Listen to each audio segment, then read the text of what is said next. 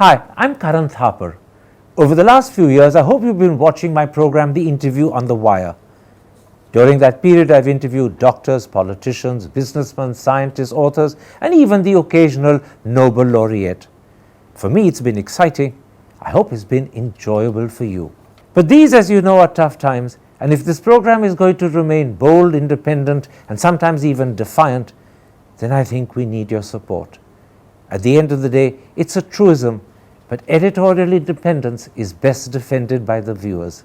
So if you would like this program to remain the way it is, forthright, outspoken, and interesting, then would you consider supporting us? All you have to do is to click on the description at the bottom. But more than anything else, I hope you will continue to watch the interview. Your viewership means an awful lot to me.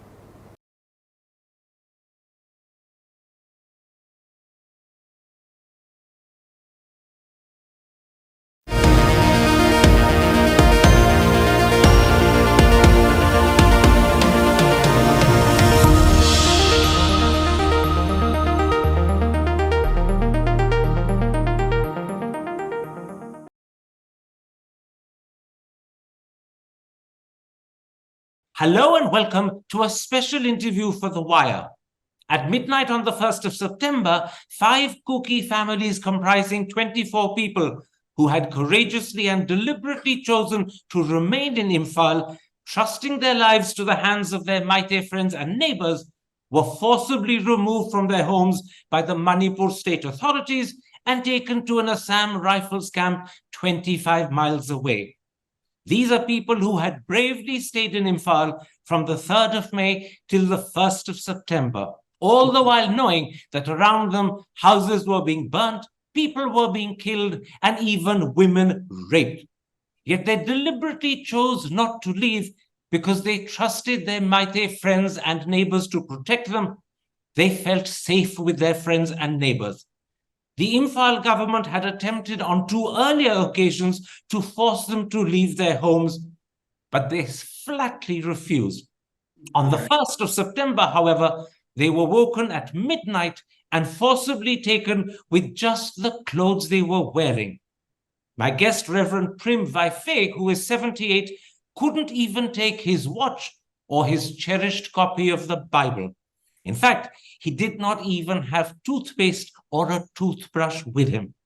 Joining me now from Manipur is Reverend Vaiphei. Reverend Vaiphei, can you start by telling me why you and the other 23 people deliberately chose to continue to stay in Imphal after May the 3rd, when practically every other member of the Kuki community left? What made you stay on? That's a good question, Papa. Firstly, I believe in God. I believe in God's protection. In the scripture, it says, those who fear the Lord, the angel of the Lord encamp around them and protect them. That is what the Bible says. I believe it. Secondly, I don't feel that I'm enemy of the Meiteis. Meiteis are not my enemies. I feel the same to them also. They may feel the same as I think, because they belongs to the same ethnic group. According to the Linguistic Survey of India, Meiteis are included within Kuki chain. And we have linguistic affinities. And I have been brought up among the Meiteis. So I don't have any fear. And in my thought, they are very close to me. That makes me to continue on to stay. Now, your home in Imphal Yeah. was in a part of the city called New Lambulane. Right, Can sir. you describe this part of the city? I believe it's roughly 1.5 kilometers from the chief minister's residence, but it's a lot closer to Manipur police headquarters. Can you describe New Lambulane? New Lambulane is within New Chekon. As you said, it is not far from chief minister's bungalow. And I should say that it is within the heart of the city. Did you have Meitei neighbors living close by? Very much.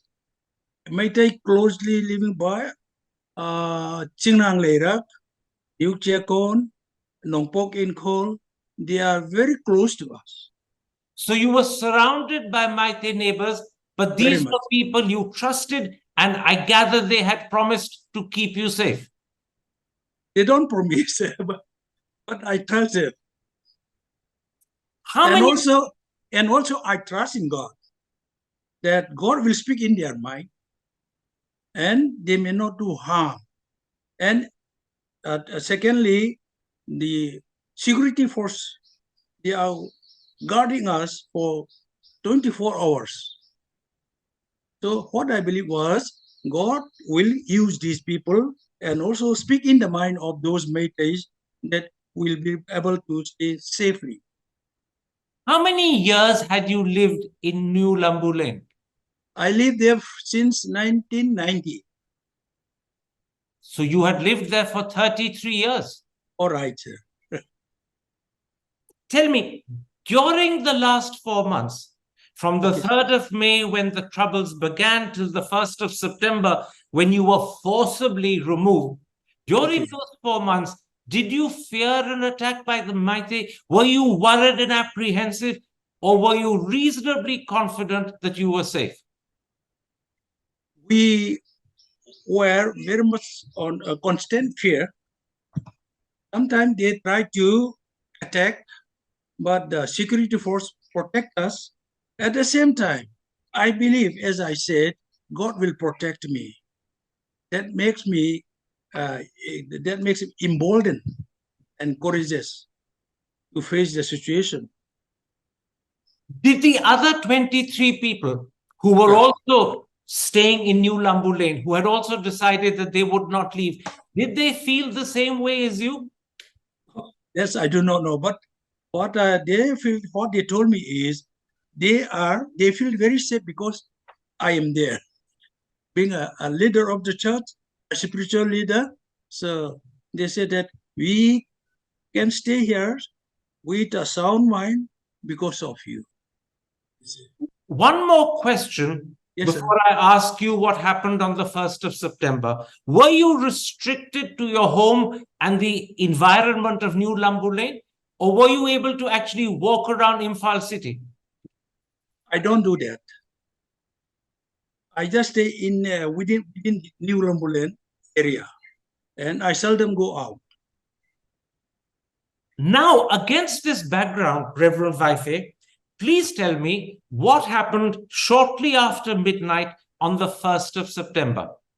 So before saying that, what I would like to tell, what I feel I did not answer properly is the Meiteis, as I said, we belong to the same ethnic group, and if we see the history of Manipur, Meitei kings, king after king, they were assisted by the Kukis before they get their throne. For example, the first king of Manipur, Nongdalarin Pakhangba, he was assisted by the Kukis so that he could gain his throne. That is, history is the witness. And at the same time, during the Burmese invasion, we call it Sahi Teret Kuntakpa, 7 years devastation. The Burmese army came and many Meiteis were killed, and Meitei king Chorujit and Herachandra, they took shelter in Kuki villages, and Kuki gave them treat them with hospitality and tried to help them as they could. And giving them, there was a famine, but even then, they tried to feed the king as they could. And not only that, Joy Singh, a king of Manipur, because of his intimation with the acquainted with the cookies, his name his seventh son Khongjai Nganba, the light of the Khongjai's cookie. I'm sure you know better than me. And the Meitei king, often used these Kuki to subdue the surrounding Naga in those days. That's historical fact. So what you're saying is that there are close bonds going back in history between Right. the Meitei and the Kuki, and Right. close relationship. And Right. this, I presume, is another reason that gave you confidence that Very you will much. be safe if you continue to live in Imphal. You're right. And if you allow me to continue, among the Meitei king, Sir, let's among the not go Meitei, into too much history because I think you've made that point. Tell me about what happened on the 1st of September when you were, I'm told, shortly after midnight, rudely woken up and forced to leave. What happened that night? now, right before that, another reason is William Shaw, in his book, he said that the Meitei had a high regard and loved the cookies. That's also give important me. And now coming to the first night, the 1st September night, it was intervening night between September 1 and 2nd. Actually, my son was staying outside on duty, and he came in. My son, Mamang, with whom you are talking, he came and Daddy, get up, get up. Sepoys are calling you. So I got up. I just tried to get down to see them, and he asked me, "Put on your shirt." It was my sleeping suit. So I removed my sleeping suit and dressed this shirt, and then went down. And I thought that I will be able to negotiate with them, but they did not give me any chance to talk. They just say, we'll go. And I said, no, let me at least put up, get my belongings. And they did not allow me. I was not allowed to go up again.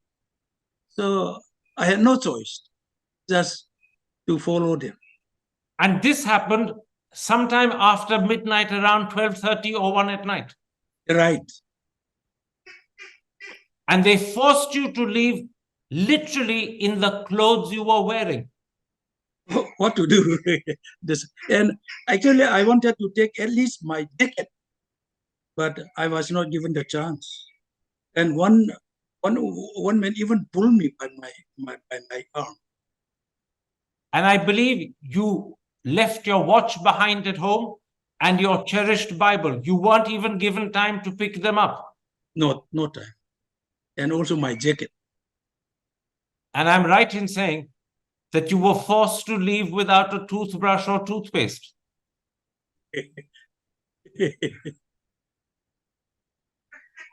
How did they take you? Did they take you in police vans? Did they take you in special security convoys? What did they do? Actually, they said to my colleagues also, oh, you are called for verification. So they also just come, some of them. So they led us up to tribal market. There, military vehicle was there, or they call it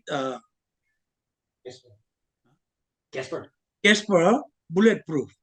And I'm happy that I got a chance to enter that vehicle in my life. So they made you first walk as a convoy of 24 people to the tribal market, and then they put you into bulletproof Caspers. Is that right? Right. And different vehicle. And All of us. And then you were driven 25 miles to an Assam Rifles camp. Right. When they say Assam Rifle camp, I thought that it will be within Imphal city, but we crossed by, and I was waiting. Why these people are taking me? So finally, they took us to Modbung and show us a place to stay. What do you call it? A tent house. A tent house, and no place to sit, no place to sleep, and we stayed the night without sleeping, just sitting. What explanation did the security forces give for forcibly removing you from your homes after midnight? the man who took me close by, he was the SP, and I told him, what happened? Why you're taking us like this? And they said that there is a fierce fighting in Sultanpur area, Moirang area. So there may be some violence. So we like to take you outside. That's what the answer he gave. But as far as I know, on the night of the 1st and 2nd of September, there are no reports of fierce fighting in the Chura Chandpur area. That's what I was told. Did you tell him that the job of the security is to protect citizens of India? That is their job, to keep you safe. And they are failing to do their job if instead of protecting you, they keep insisting on your leaving your home. Yeah, that's as I have told you. In the previous day, on July 8th, they came and asked me and all the group to move away for a safety place. Then I said, no, I am in my own house, and I am happy that the security force, you people, protect me so far for the last 2 months. And then now today, why you're trying to take me out? This I don't agree. I am in my own house, and I have been very happy with you. And this time, why you're trying to take me out? That's what I was negotiating. And the CEO, Mishra, he was kind enough. He was listening. I said, Mr. Mishra, I've been praying for you too.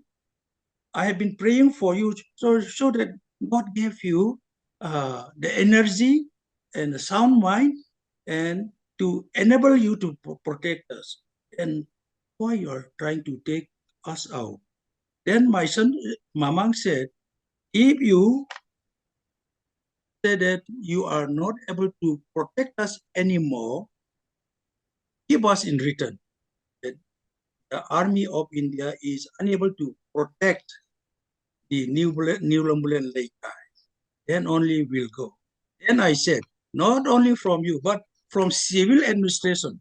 Also, we need in return that the government of Manipur, the government of India is no more able to protect us. Then only we'll leave.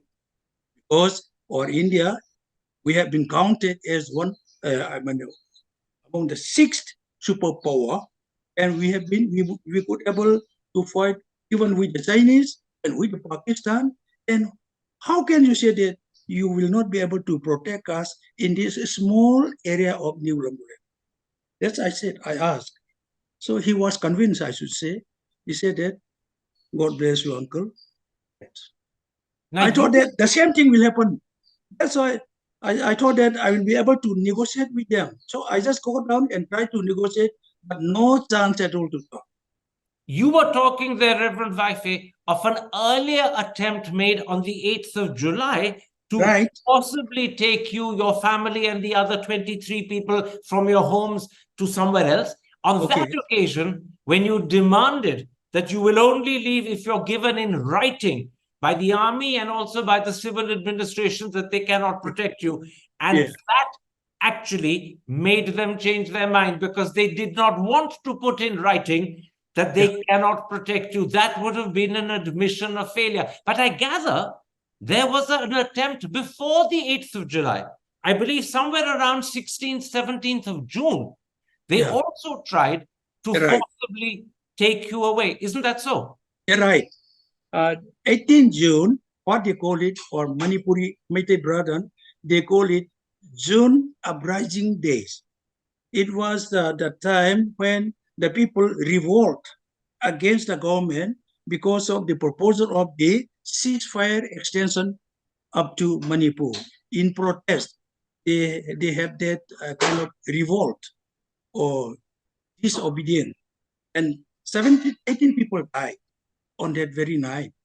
So every year they used to organize a kind of meeting in remembrance of that day, that fateful day, and name it June Uprising Day.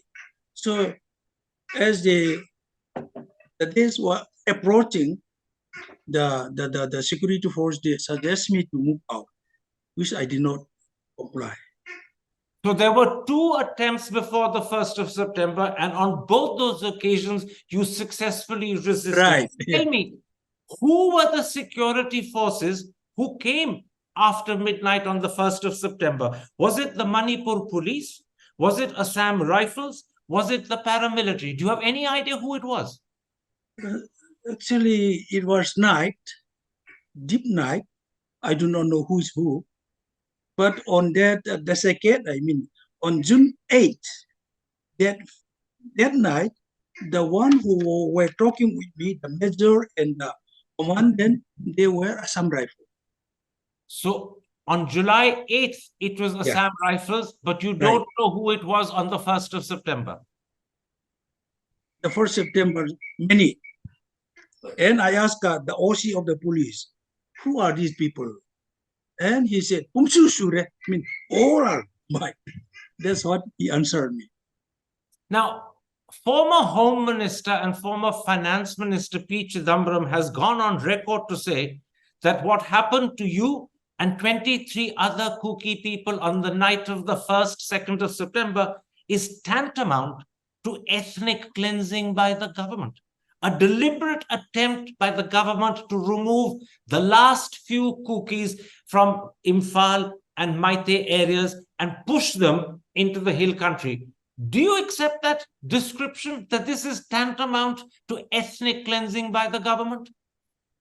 That's the idea. I don't have any feeling. I used to contact with some Meitei leaders like the one advocate, Kaidem Mani, and others. I used to communicate and used to chat, saying that we are brother. Why should I be out? And even though some black sheep are trying to create problem, why should we have any kind of enmity between us? That I used to talk. You have been forced to leave a home you lived in for 33 years. You were forced against your will. You were taken away without any clothes, toothbrush or toothpaste, without your watch, without your Bible. How angry do you feel? I was not that angry. I was wondering what happened. And as a religious person, I said, why God allow such things to happen to me? So that's the way I thought. I was not annoyed with it. If you weren't annoyed, Reverend Vaiphei, do you feel deeply sad? Of course, very much. Do you miss your home? Oh, why not? And do you miss the Meitei neighbors and friends that you had? Oh, not that much. Not that much. Yeah. The area we have been living, environment, we miss very much. Including the Meitei neighbors? Meitei neighbor, there are no much people acquainted with me, but leaders like that advocate and others, If you get a chance, will you return to your home in Imphal? Yeah. Why not? It is my own Pata land. And you would still feel safe in Imphal, surrounded by the Meitei people? It is up to them, but I will just happily live, praying to God. So you will happily go back to your home in New Lambulane in Imphal if you get a chance. And if I get a chance, God to keep you safe. If I get a chance, and also if security continue to protect us, My last question, Reverend Vaiphei. You're a man of God. Jesus matters a lot to you. Has this experience of the last 4 months, including the way you were forcibly removed from your home, affected your attitude to the Meitei people? No. Because all the Meiteis are not my enemies. All the Meiteis are not bad. So why should I, because of a black sheep, I change my attitude towards the Meitei? You pray for them. You still pray for them, and you still look upon the Meitei as fellow brothers. right. I sincerely pray for them. Even those who do mischievous things, I used to pray that God may open their mental eyes or the eyes of their heart so that they may be able to discover the mischievous deeds they do. My last question, Reverend Vaiphei. You're a man of the cloth. Are you prepared to forgive the Meitei black sheep? I already forgive them. I already forgive them. Reverend They Vaiphei, do not know what they are doing. so you have already forgiven them. Yeah. Reverend Vaiphei, I thank you for this interview, for sharing with us the experience Thank you. through, and for bringing to the people of India this warm and reassuring story of your moral courage and the fact that despite everything that's happened, you do not believe all the Meitei are black sheep. You still look upon them as brothers and with love. And Right. most importantly, you have forgiven the black sheep for whatever horrible things they've done. Thank you very much indeed. That is their responsibility before God. I am not the one to judge them. Only God will judge them. But on my side, I forgive them. Thank you very much, sir. Thank you, sir. Take care and God God be. bless you. God bless you too. Thank you, sir. Bye. Hi, I'm Karan Thapar. Over the last few years, I hope you've been watching my program, The Interview on the Wire. During that period, I've interviewed doctors, politicians, businessmen, scientists, authors, and even the occasional Nobel laureate. For me, it's been exciting. I hope it's been enjoyable for you. But these, as you know, are tough times, and if this program is going to remain bold, independent, and sometimes even defiant, then I think we need your support. At the end of the day, it's a truism, but editorial independence is best defended by the viewers. So if you would like this program to remain the way it is, forthright, outspoken, and interesting, then would you consider supporting us? All you have to do is to click on the description at the bottom. But more than anything else, I hope you will continue to watch the interview. Your viewership means an awful lot to me.